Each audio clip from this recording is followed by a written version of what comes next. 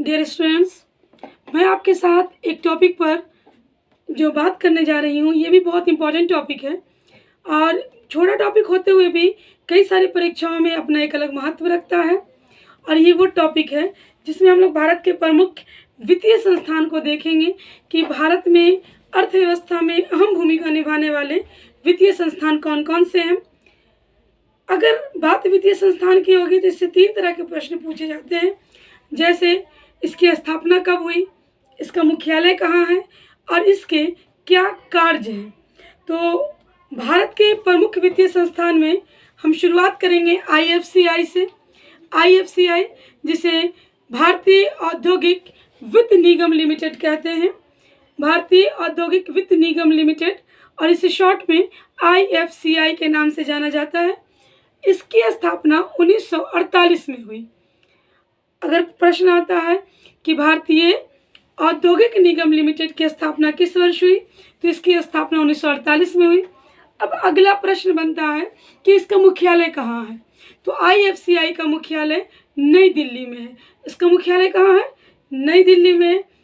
अब हमें थोड़ा ये देखना है कि इसके कार्य क्या है, ये किस तरह देश में अर्थव्यवस्था में भूमिका निभाता है।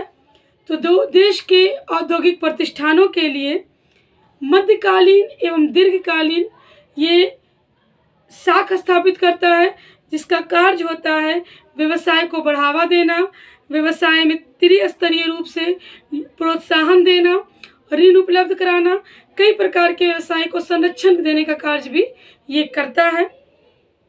इसके बाद दूसरी संस्था होती है जिसे कहते हैं राज्य वित्त निगम यानी एसएफसी। ये प्रत्येक स्टेट में स्टेट वाइज एस्टैब्लिश किया जाता है। इसकी स्थापना 1951 में यानी आफ्टर इंडिपेंडेंस, हमने जो भी वित्तीय संस्थान देखनी है वो आज़ादी के बाद की हम देख रहे हैं। तो एसएफसी जिसे राज्य वित्त निगम कहते हैं, इसकी स्थापना 1951 में हुई। प्रत्येक राज्य की जो राजधानी होती है वहाँ इनका अपना अलग अलग मुख्यालय होता है। यदि बात भारत में हम बिहार की पर्टिकुलर करते हैं तो हमारे एसएफसी का मुख्यालय पटना में है और इसका कार्य होता है छोटे और मध्यम उद्योग। राज्यों में जो छोटे और मध्यम उद्योग हैं उनको उन्नयन कराना यानी उनको एस्टैब्लिश करने में मदद करना, किसका काम है? एसएफसी का। तो हम लोगों ने 2 संस्थान देखा, एक देखा आईएफसीआई और एक देखा एसएफसी। इसके बाद हम बात करते हैं तीसरे संस्थान की, जिसका नाम है भारतीय औद्योगिक ऋण तथा निवेश निगम लिमिटेड। भारतीय औद्योगिक ऋण तथा निवेश निगम लिमिटेड, शॉर्ट फॉर्म में बोल सकते हैं आईसीआईसीआई। अब इसने एक बैंक का रूप भी ले लिया है, लेकिन प्रारंभ में जब इसकी स्थापना 1955 में हुई तो ये एक ऐसी संस्था थी जो ऋण उपलब्ध कराने का काम करती थी। इसका मुख्यालय मुंबई में है। इसका मुख्यालय कहाँ है? मुंबई में है।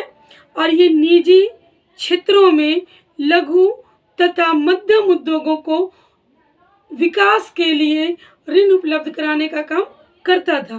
कौन? आईसीआईसीआई, जिसका मुख्यालय मुंबई, और इसका स्थापना 1955 यानी 1955 में हुआ। हमारे आसपास एक संस्था और कार्यरत है जो जीवन के साथ भी और जीवन के बाद भी है। आप समझ गए होंगे मेरा आशय किससे है। मेरा आशय है भारतीय जीवन बीमा निगम यानी एलआईसी से। भारतीय जीवन बीमा निगम एलआईसी जो है, इसकी स्थापना 1956 में की गई और इसका मुख्यालय भी मुंबई में है।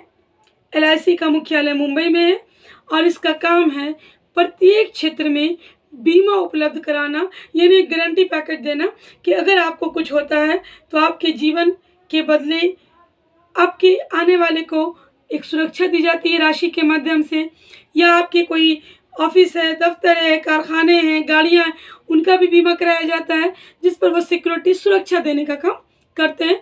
तो मैंने पहले ही कहा जीवन के साथ भी और जीवन के बाद भी, क्योंकि इसमें कई प्रकार की पॉलिसियां होती हैं। तो एलआईसी की स्थापना 1956 में की गई। अगली संस्थान है भारतीय औद्योगिक विकास बैंक लिमिटेड। भारतीय औद्योगिक विकास बैंक लिमिटेड, IDBI। IDB अब आई ये भी अभी एक बैंक के रूप में परिवर्तित हो गया है। इसकी स्थापना 1964 में की गई और इसका मुख्यालय भी मुंबई में है। कौन? IDBI। इसका काम होता है औद्योगिक उद्यमों को वित्तीय सहायता प्रदान करना, यानी कि जो भी कमर्शियल एरियाज में काम करने वाले कंपनीज हैं उनको वित्तीय सहायता देना। IDBI स्थापना 1964 और मुख्यालय मुंबई। इसके बाद एक संस्था है UTI, यूनियन भारतीय यूनिट ट्रस्ट के अंतर्गत आता है। UTI भारतीय यूनिट ट्रस्ट, इसकी स्थापना 1965 में की गई। अभी वर्तमान में ये UTI एक्सिस बैंक में बदल चुका है। आप अपने क्षेत्र में एक्सिस बैंक देखते होंगे, तो UTI ही आज एक्सिस बैंक के रूप में परिवर्तित हो गया है। इसका मुख्यालय भी मुंबई में है और इसको भी उद्देश्य था लघु एवं मध्यम क्षेत्रों के उद्यमों को विकास के लिए ऋण उपलब्ध कराना, सहायता करना। आमतौर पर ये जितनी संस्थाएं हैं ये लघु और मध्यम उद्योगों से ही संबंधित खोली गई थी। कुछ कृषकों के लिए थी, कुछ आम लोगों के लिए भी थी। इसके बाद भारत का आयात निर्यात बैंक, जिसे हम एग्जिम बैंक कहते हैं, भारत का आयात और निर्यात यानी एक्सपोर्ट एंड इंपोर्ट करने वाला बैंक है, जिसे हम एग्जिम बैंक के नाम से जानते हैं। इसकी स्थापना 1982 में हुई। देखिए, एक चीज़ यहाँ पर गौर करने वाली है कि भारत की राजनीतिक राजधानी तो दिल्ली है, लेकिन भारत में औद्योगिक रूप से जितनी भी संस्थान हैं, वित्तीय रूप से ज़्यादातर संस्थान मुंबई में अपने मुख्यालय से स्थित हैं। इसीलिए मुंबई को भारत की वित्तीय राजधानी भी हम कहते हैं। तो एग्जिम बैंक का मुख्यालय भी मुंबई में है। एग्जिम बैंक, जो कि भारत में, मैंने पहले ही कहा, आयात और निर्यात यानी एक्सपोर्ट एंड इंपोर्ट को कंट्रोल करने के लिए बनाया गया है 1982 में। इसके बाद आपने नाम सुना नाबार्ड, कृषि के लिए ये ऋण उपलब्ध कराता है ग्रामीण क्षेत्र में, खासकर कृषि क्षेत्र में ये काम करता है नाबार्ड। नाबार्ड को फुल फॉर्म में कहते हैं राष्ट्रीय कृषि तथा ग्रामीण विकास बैंक। राष्ट्रीय कृषि ग्रामीण विकास बैंक नाबार्ड की स्थापना भी सेम ईयर 1982 में हुई। इसका काम है कृषि के लिए और ग्रामीण विकास के लिए ऋण उपलब्ध कराना, वित्तीय सहायता प्रदान करना।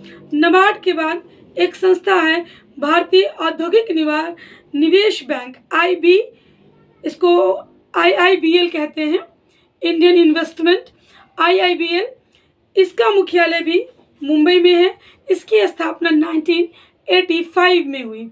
ये बंद पड़े उद्योगों को पुनः चालू करने के लिए ऋण उपलब्ध कराता है, ऋण उपलब्ध देता है। किन मिलों को? जो औद्योगिक कल कारखाने ऑलरेडी बंद हो चुके हैं उन्हें पुनः चालू करने के लिए IIBL जैसी संस्था उनकी मदद करती है। इसके बाद एक है NHB यानी राष्ट्रीय आवास बैंक। इसकी स्थापना 1988 में हुई, 1988।